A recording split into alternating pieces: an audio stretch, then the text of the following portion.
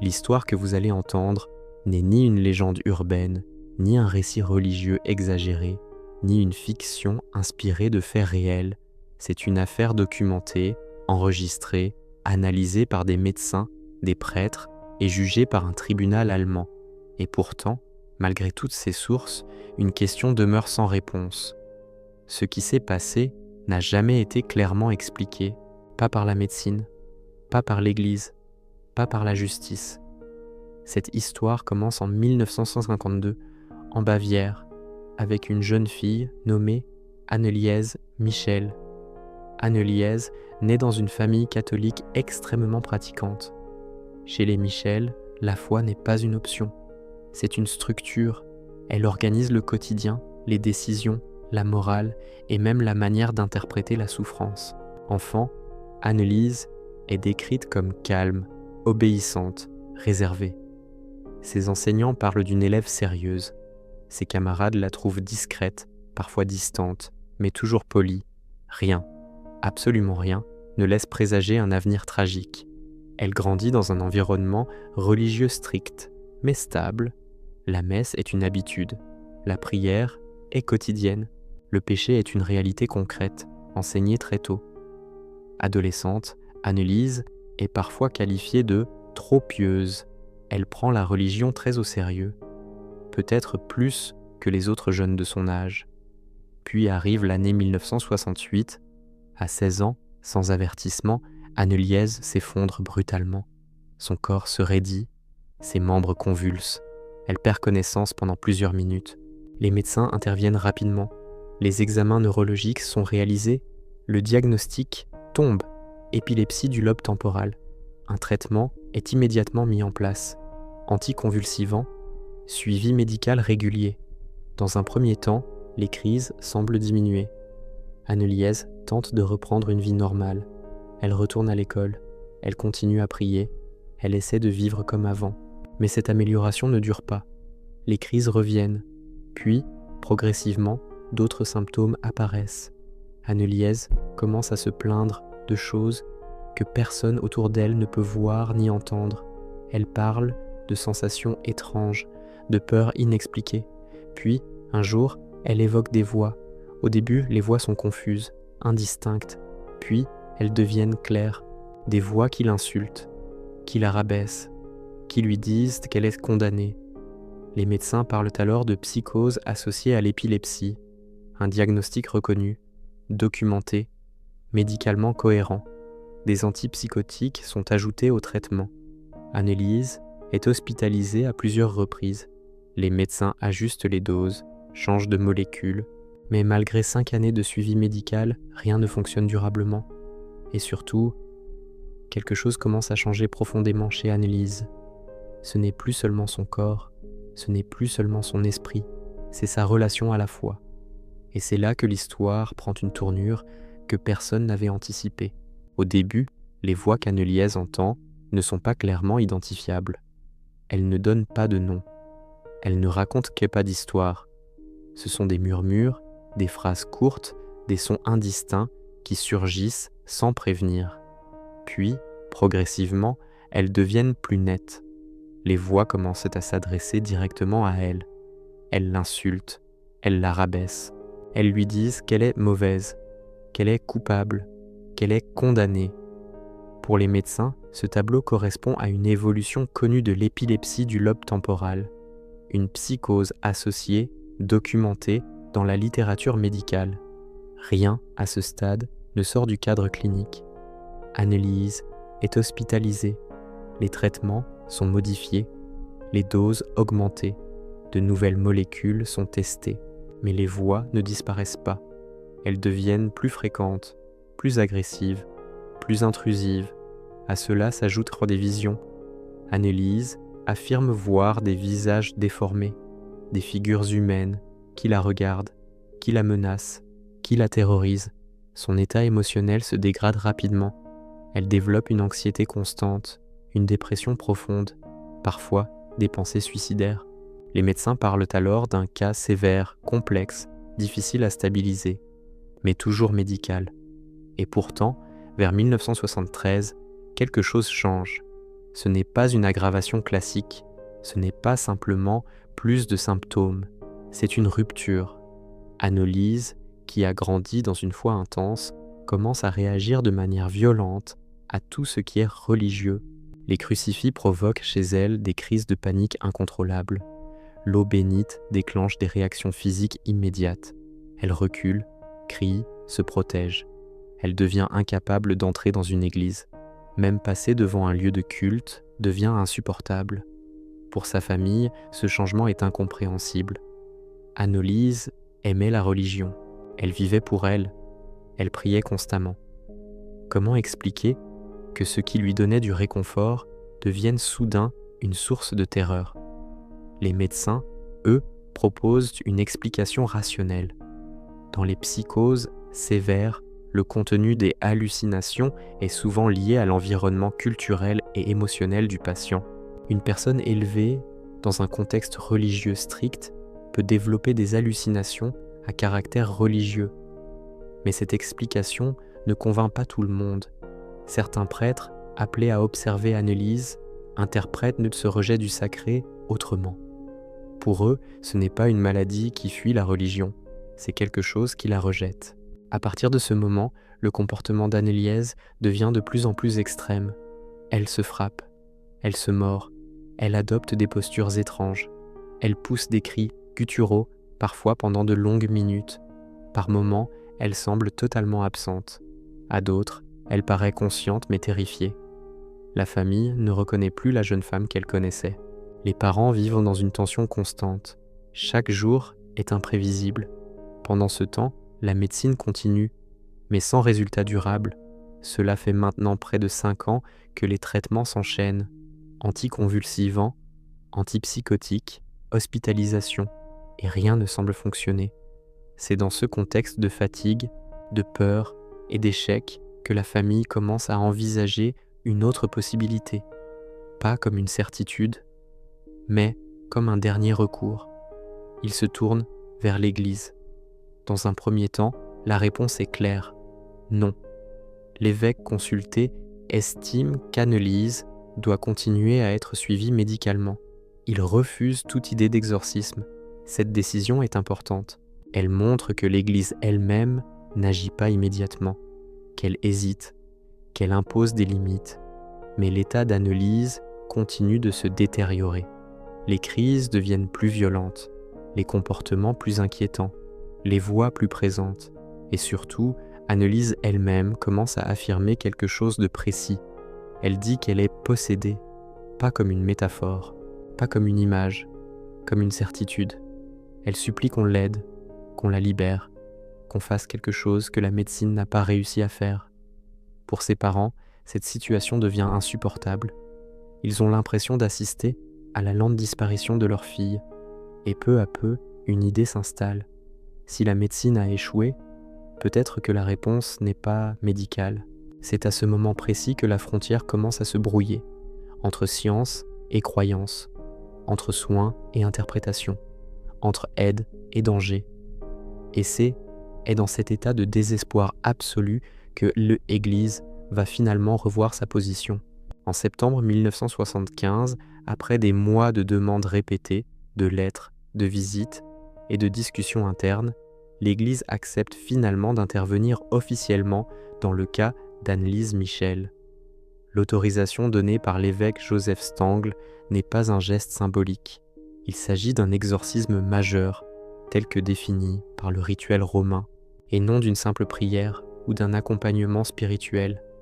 Mais cette autorisation est encadrée par une règle fondamentale, le silence absolu.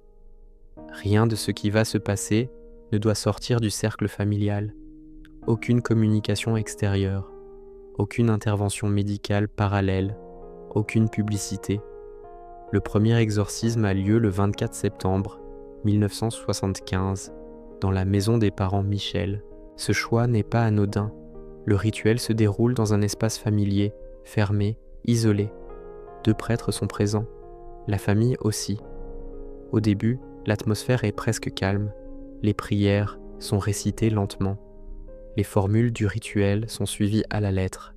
Les prêtres observent attentivement chaque réaction. Annelise est tendue, mais consciente. Elle répond aux questions. Elle semble anxieuse, mais lucide. Puis, au fil des minutes, son corps commence à réagir. Sa respiration se modifie, ses muscles se contractent, son regard se fige, et progressivement, sa voix change. Elle devient plus grave, plus rauque, par moments difficilement reconnaissable. Les prêtres poursuivent le rituel. Ils posent des questions prévues par le texte liturgique. La voix répond. Ce premier exorcisme ne se conclut par aucune libération visible, mais pour les prêtres, quelque chose d'essentiel s'est produit. Il y a eu une réaction. Ils décident de recommencer. Une semaine plus tard, un second rituel est organisé, puis un troisième, puis un quatrième. Très rapidement, l'exorcisme cesse d'être un événement exceptionnel. Il devient un rendez-vous, une fois par semaine, puis parfois 2. Chaque séance dure plusieurs heures, 3, parfois 4. Le temps commence à se dilater. Les journées d'Anneliese s'organisent désormais autour de ces rituels. Avant l'exorcisme, l'attente, après, l'épuisement. Les semaines passent, puis les mois. Entre septembre et décembre 1975, les exorcismes s'enchaînent sans interruption. Et à chaque séance, les manifestations évoluent. Les voix ne sont plus hésitantes. Elles deviennent affirmées, structurées. Elles s'interrompent, se répondent, se superposent parfois. Peu à peu, elles commencent à se nommer. Lucifer apparaît comme la figure dominante, une voix autoritaire, méprisante, puis viennent d'autres noms, Caïn, Judas Iscariote, Néron, Adolf Hitler, Fleischmann. Chaque nom semble correspondre à une tonalité différente, une attitude distincte, un registre propre. Pour les prêtres, cette multiplicité est interprétée comme un signe majeur. Ils estiment qu'il ne s'agit pas d'un simple délire incohérent, mais d'un système organisé. Certaines séances sont enregistrées sur bande audio, non pas à des fins scientifiques, mais comme témoignages spirituels. Les cassettes captent des cris, des rires, des insultes, parfois des dialogues internes. À l'écoute, on distingue clairement plusieurs registres vocaux. Pour ceux qui sont présents dans la pièce, la sensation est troublante, l'impression que quelque chose d'autre que la jeune femme s'exprime. À mesure que les exorcismes se répètent, une forme de normalisation s'installe. Ce qui aurait été insupportable lors de la première séance devient presque attendu lors des suivantes. Les cris, les contorsions, les changements de voix, tout cela devient, peu à peu, le rituel. La famille s'habitue à l'horreur. Chaque séance est interprétée comme une étape, chaque manifestation comme un progrès, même lorsque rien ne s'améliore réellement. À ce stade, l'objectif n'est plus de se demander si l'exorcisme est justifié. Il est devenu nécessaire, et sans que personne ne s'en rende vraiment compte, une frontière a déjà été franchie. La logique médicale a commencé à reculer. La logique religieuse prend toute la place. Et c'est précisément à ce moment-là qu'un autre processus commence. Plus lent, plus silencieux, mais infiniment plus dangereux. À mesure que les exorcismes se répètent, quelque chose change imperceptiblement dans la dynamique. Ce n'est plus seulement une lutte spirituelle, c'est une routine. Les séances s'enchaînent, une semaine après l'autre, parfois 2 fois dans la même semaine. Et entre chaque rituel, Annelise ne récupère jamais vraiment. Après les exorcismes, elle est épuisée, elle tremble, elle dort mal. Parfois, elle ne dort presque pas. Son corps porte les marques de cette répétition. Des bleus, des plaies, des douleurs constantes. Au début, ces signes inquiètent. Puis, peu à peu, ils sont intégrés au processus. La souffrance devient normale, attendue, interprétée. Les prêtres parlent d'un combat long, d'une résistance acharnée des entités. Chaque dégradation est vue comme une réaction. Mais un autre phénomène s'installe, plus silencieux encore. Annelise commence à manger, de moins en moins. Au départ, personne ne s'en alarme vraiment. Elle a souvent été anxieuse. Elle a souvent eu peu d'appétit après les crises. Mais cette fois, c'est différent. Elle refuse certains aliments, puis des repas entiers, puis presque toute nourriture. Quand on lui demande pourquoi, elle répond toujours la même chose. Ce ne sont pas ses mots, ce sont ceux des voix. Elles ne la laissent pas manger, elles l'en empêchent, elles exigent cela. Pour les prêtres, ce refus n'est pas un symptôme médical, c'est un signe spirituel, une punition, un chantage, une dernière tentative de contrôle. Ils expliquent à la famille que c'est, et souvent à ce stade, que les entités deviennent plus violentes, qu'il ne faut surtout pas céder, qu'interrompre le rituel serait une erreur.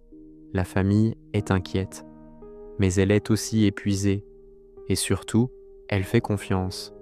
La médecine a échoué pendant 5 années. Les médecins n'ont jamais proposé de solution définitive. Maintenant, l'Église est là, officiellement. Alors les exorcismes continuent, les semaines passent. Annelise maigrit de manière visible. Ses vêtements deviennent trop grands. Son visage se creuse. Elle a de plus en plus de mal à se déplacer. Parfois, elle doit être aidée pour marcher. Mais les séances ne s'arrêtent pas. Au contraire, elles prennent une autre dimension. Les prêtres affirment que les voix deviennent plus silencieuses par moments, puis plus violentes, puis silencieuses à nouveau. Chaque fluctuation est interprétée, chaque détail devient un signe. La logique est désormais complètement interne au rituel. Tout est lu à travers le prisme de la possession. Au début de l'année 1976, l'état d'Anneliese est déjà critique. Elle dort à peine. Elle est constamment fatiguée. Ses douleurs sont permanentes. Elle se plaint de sensations de brûlure, de pression dans la poitrine, de suffocation. Elle développe une forte fièvre, puis des difficultés respiratoires. Une pneumonie s'installe. Son poids chute encore. À ce stade, d'un point de vue médical, la situation est une urgence vitale. Mais aucun médecin n'est appelé. La logique médicale n'existe plus dans la prise de décision. La souffrance d'Anneliese est interprétée comme une purification, une étape nécessaire avant la libération. Les prêtres affirment que les entités sont affaiblies, qu'elles résistent parce qu'elles sont proches de la défaite. Il ne faut surtout pas arrêter maintenant. Au printemps 1976, Anneliese est extrêmement faible. Elle peine à parler. Elle tremble continuellement. Elle passe la majorité de son temps allongée. Par moments, elle semble lucide. Elle regarde sa mère. Elle dit qu'elle a peur. Mais le rituel continue. Chaque exorcisme est présenté comme peut-être le dernier. Celui qui fera enfin céder les entités. Le 30 juin 1976, un ultime rituel est organisé. Le 67e. Anneliese est presque incapable de se tenir droite.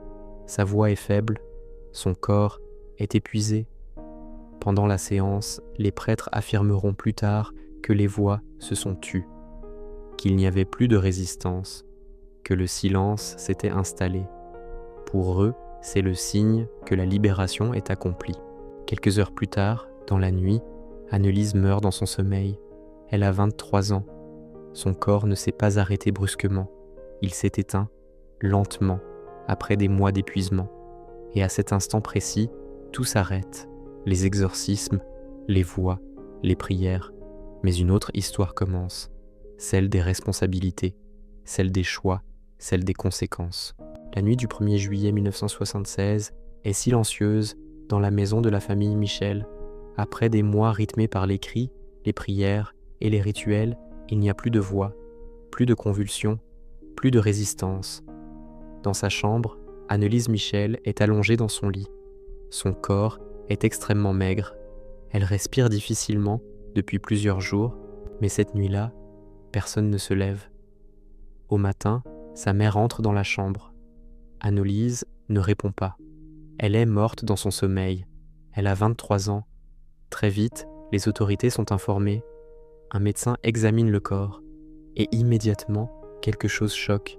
Le poids d'Anneliese est estimé à environ 30 kilos, un poids incompatible avec la vie pour une femme adulte. Son corps porte les marques de mois de souffrance, des ecchymoses, des plaies, des os saillants. Une autopsie est ordonnée. Les résultats sont sans ambiguïté. La cause officielle du décès est la malnutrition sévère, associée à une déshydratation avancée. Les poumons montrent chez les signes d'une pneumonie, le corps est épuisé, vidé de toute réserve. Le médecin légiste est catégorique. La mort n'a rien de soudain. Elle est le résultat d'un processus lent. Il déclare que la mort aurait pu être évitée jusqu'à une semaine avant le décès. Même dans l'état où se trouvait Anneliese, une prise en charge médicale aurait pu la sauver. Cette conclusion change tout. Jusqu'ici, l'histoire pouvait encore être racontée comme un combat spirituel tragique. Mais désormais, elle devient une question de responsabilité. Car Anneliese n'est pas morte pendant un exorcisme. Elle n'est pas morte d'un arrêt cardiaque brutal. Elle est morte de faim. Les détails de l'autopsie sont difficiles à ignorer. L'estomac est presque vide. Le corps n'a reçu quasiment aucune nourriture dans les jours précédant la mort. Les genoux présentent des lésions importantes, causées par des génuflexions répétées. Les muscles sont atrophiés. Le corps n'a plus la force de lutter. À ce stade, une question s'impose. Comment une jeune femme dans cet état a-t-elle pu continuer à subir des rituels sans qu'aucun médecin ne soit appelé ? Pour les parents, la réponse est simple. Ils ont suivi les conseils des prêtres. Ils croyaient aider leur fille. Pour les prêtres, la logique est spirituelle. La souffrance faisait partie du combat. La libération semblait proche. Mais pour la justice, une autre lecture s'impose.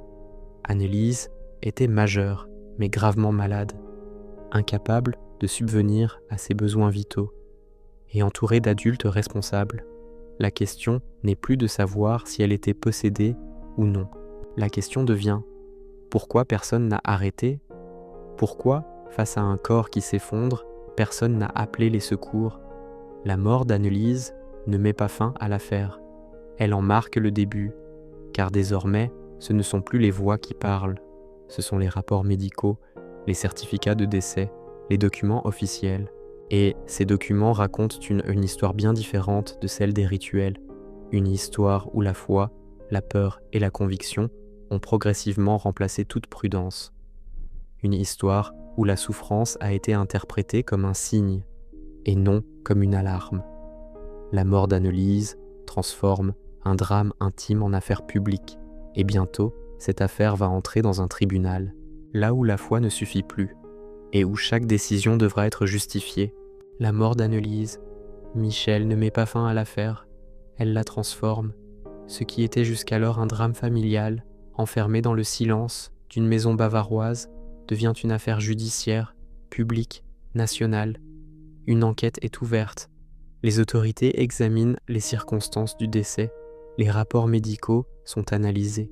Les témoignages sont recueillis. Très vite, une question centrale émerge. Pas religieuse, pas théologique. Une question simple, froide, juridique. Pourquoi, face à un corps en train de mourir, personne n'a-t-il appelé un médecin ? En 1968, près de 2 ans après la mort d'Anneliese, le procès s'ouvre devant le tribunal de district d'Aschaffenbourg. L'affaire est officiellement connue sous le nom de l'affaire de Klingenberg.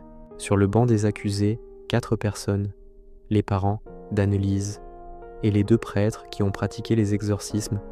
L'accusation est claire, homicide par négligence. Pour le ministère public, les faits sont simples. Anneliese souffrait d'une maladie grave, connue, diagnostiquée. Elle est morte de malnutrition et de déshydratation, et cette mort était évitable. Les experts médicaux appelés à témoigner sont formels. L'épilepsie du lobe temporal peut provoquer des hallucinations auditives et visuelles sévères.